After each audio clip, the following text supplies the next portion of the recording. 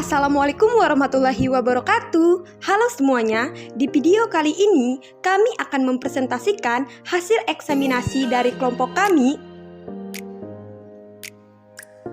yaitu eksaminasi putusan nomor 559 PIT B 2017 PN Banyuwangi tentang kejahatan terhadap keamanan negara dengan terdakwa Heri Budiawan. Selamat menonton. Assalamualaikum warahmatullahi wabarakatuh. Perkenalkan, nama saya Fitria dengan nomor induk mahasiswa D1A019211. Assalamualaikum warahmatullahi wabarakatuh. Saya pemateri kedua. Perkenalkan, nama saya Fahira Muhammad, nomor induk mahasiswa D1A019181 Fakultas Hukum Universitas Mataram. Perkenalkan, nama saya Anya Grasila Indraswari, NIM D1A019072. Saya sebagai pemateri ketiga. Assalamualaikum warahmatullahi wabarakatuh. Saya pemateri keempat. Nama saya Fadhlur Rahmansyah dengan NIM D1A019179. Halo, perkenalkan, nama saya Herlina Septiana, NIM D1A019234. Assalamualaikum warahmatullahi wabarakatuh. Perkenalkan, nama saya Herni Agustina, NIM D1A019235. Assalamualaikum warahmatullahi wabarakatuh. Perkenalkan, nama saya Panalatul Hariana dengan nomor NIM D1A019187. Fakta atau kasus posisi. Pada tanggal 3 April 2017, sekitar jam 17.00 waktu Indonesia bagian Barat, terdakwa mendapatkan informasi di daerah Gunung Salak telah dilakukan penambangan. Atas informasi tersebut, terdakwa dengan bersama beberapa orang lainnya, antara lain Mustaqim dan Pur, datang dan bertemu dengan Sunarto di daerah Gunung Salak. Dan tujuan terdakwa bersama dengan temannya tersebut adalah untuk menanyakan, kenapa kegiatan pertambangan tidak meminta izin terlebih dahulu dari masyarakat desa. Namun, terdakwa tidak berhasil menemui salah satu karyawan yang melakukan pertambangan, yang kemudian dilanjutkan esok harinya dengan melakukan aksi yang diawali di rumah terdakwa, yaitu membuat spanduk. Pada tanggal 4 April 2017, berkumpullah peserta aksi atau unjuk rasa di rumah terdakwa, kurang lebih 50 orang, yang kemudian membuat spanduk. Selain itu, warga juga berkumpul di pertigaan Pak Dugel. Dalam proses pembuatan spanduk yang isinya tulisan penolakan tambang di rumah terdakwa dan tidak ada yang meneriaki "ayo digambari Palu Arit Ae" yang merupakan dakwaan dari penuntut umum. Selanjutnya, setelah spanduk selesai dibuat, peserta unjuk rasa dan terdakwa melakukan pemasangan spanduk di beberapa tempat, yaitu 1 spanduk di Pulau Merah, 1 spanduk di pertigaan Pak Marwah, 1 spanduk di tikungan Pak Dugel, 1 spanduk di depan Hotel Panorama, 2 spanduk di tikungan Pak Piun, 1 spanduk di SMP Negeri, 1 spanduk di depan rumah Pak Trimanto, ada yang dipasangkan di pohon, dan 1 spanduk di depan kantor Kecamatan Pasanggaran. Aksi unjuk rasa ini dikawal oleh 4 orang polisi Pasanggaran. Aksi unjuk rasa dilakukan di depan kantor Camat Pasanggaran. Dalam aksi tersebut dibentangkan spanduk dari kain putih atas suruhan dari 1 orang yang membawa kamera. Di spanduk tersebut terdapat tulisan dengan cat semprot warna merah, "Karyawan BSI dilarang lewat jalur ini." Dan terdapat palu arit dengan cat warna merah yang identik dengan simbol PKI. Namun, dari 11 spanduk yang dicetak terdakwa, tidak ada satupun spanduk yang digambar palu arit. Terdakwa tidak pernah menyuruh pengunjuk rasa untuk membentangkan spanduk. Terdakwa juga bukan merupakan koordinator lapangan dari pendemo. Aksi demo dilakukan dari kantor Kecamatan Pasanggaran dan berakhir di pertigaan Lowi sekitar jam 17.00 waktu Indonesia bagian Barat. Tanggal 4 April 2017, Budi Pego bersama warga lainnya menggelar aksi tolak tambang emas tumpang pitu di depan kantor Pesanggaran. Pada tanggal 15 Mei 2017 ditetapkan tersangka pasal 107A UU RI nomor 27 tahun 1999 yang berkaitan dengan kejahatan terhadap keamanan negara. Pada tanggal 23 Januari 2018, Budi Pego divonis oleh PN Banyuwangi dengan pidana hukuman penjara selama 10 bulan. Budi Pego ajukan banding. Pada tanggal 14 Maret 2018, Pengadilan Tinggi Jawa Timur memvonis Budi Pego 10 bulan penjara. Ia mengajukan kasasi. Pada tanggal 16 Oktober 2018, MA memutuskan dengan menaikkan hukuman bagi Budi Pego menjadi 4 tahun penjara. Dakwaan pada pasal 107A UU nomor 27 tahun 1999 tentang perubahan Kitab Undang-Undang Hukum Pidana yang berkaitan dengan kejahatan terhadap keamanan negara. Baik, saya akan melanjutkan materi tentang tuntutan.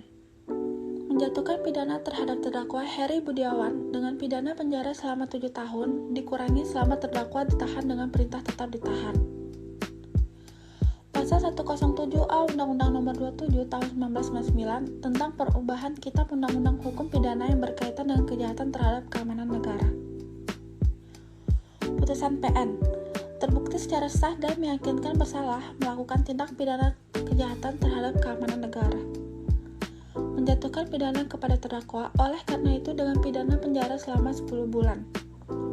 Putusan banding terbukti secara sah dan meyakinkan bersalah melakukan tindak pidana secara melawan hukum di muka umum dengan tulisan menyebarkan ajaran komunisme dalam segala bentuk dan perwujudannya. Memidanakan terdakwa tersebut di atas oleh karena itu dengan pidana penjara 10 bulan.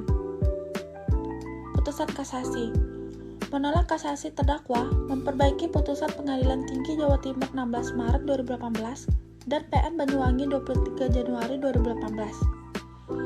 Jadi belum ada salinan putusan elektronik di website MA. Menjatuhkan pidana kepada terdakwa dengan pidana penjara selama 4 tahun. Pertimbangan putusan. Akte pemberitahuan baru sampai ke Budi 16 November 2018. Hakim Mahkamah Agung tak merinci pertimbangan menolak kasasi dan menambah hukuman menjadi 4 tahun. Pertimbangan pertama, 1. Menolak permohonan kasasi terdakwa memperbaiki putusan Pengadilan Tinggi Jawa Timur 16 Maret 2018 dan Pengadilan Banyuwangi 23 Januari 2018. Pertimbangan yang kedua yaitu menjatuhkan pidana kepada terdakwa dengan pidana penjara selama 4 tahun. Pertimbangan yang ketiga yaitu putusan Mahkamah Agung ini sudah berkekuatan hukum tetap. Analisis putusan. Putusan nomor 550-PID-B-2017-2017-PN-BYW. Poin pertama, terhadap dakwaan yang diajukan JPU, yaitu pasal 107A Undang-Undang Nomor 27 Tahun 1999 tentang perubahan Kitab Undang-Undang Hukum Pidana yang berkaitan dengan kejahatan terhadap keamanan negara tidak tepat. Hal ini dikarenakan JPU bahkan tidak berhasil menemukan bukti dari dakwaan tersebut. Bahkan saksi dari JPU yang bernama Teno tidak konsisten dengan kesaksiannya. Saksi JPU lainnya juga sangat jelas mengatakan bahwa Budi Pego bukan dalang dari masalah ini. Poin kedua, terhadap putusan Pengadilan Negeri dan Pengadilan Tinggi yang menyatakan bahwa terdakwa terbukti secara sah dan meyakinkan bersalah sangat tidak tepat. Padahal di dalam keterangan saksi, bahkan pertimbangan hakim sekalipun tidak dapat membuktikan bahwa terdakwa yang membuat spanduk bergambar palu arit. Bagaimana bisa terdakwa langsung disalahkan? Bahkan pada fakta persidangan, terdakwa tidak terbukti menyebarkan faham komunisme, marxisme, dan leninisme seperti dakwaan jaksa penuntut. Barang bukti berupa spanduk yang ada palu arit tidak pernah ada atau tidak pernah diperlihatkan di persidangan.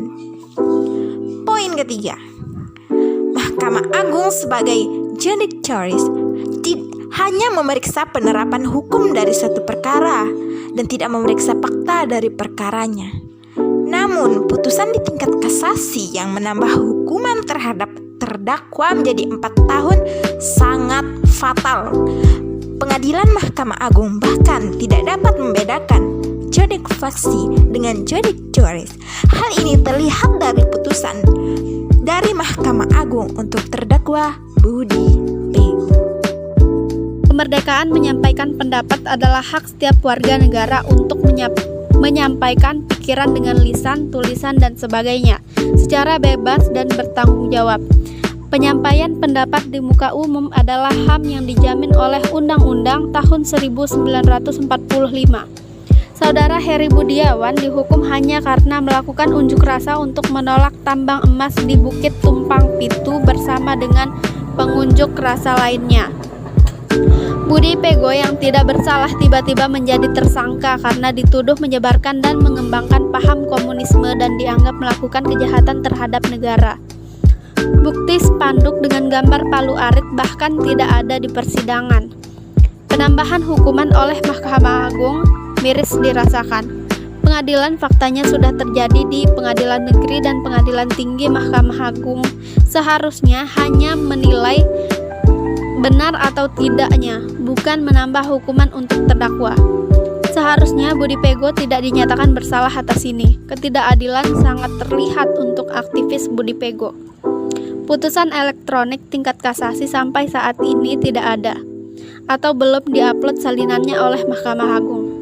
Kriminalisasi terhadap pejuang HAM dan lingkungan hidup telah dilindungi oleh Pasal 66 Nomor 32 Tahun 2009 tentang PPLH. Budi Pego telah didiskriminalisasi karena tidak ada bukti yang menunjukkan bahwa Budi Pego bersalah, sehingga sangat tidak tepat pasal tersebut. Pasal kejahatan diterapkan padanya.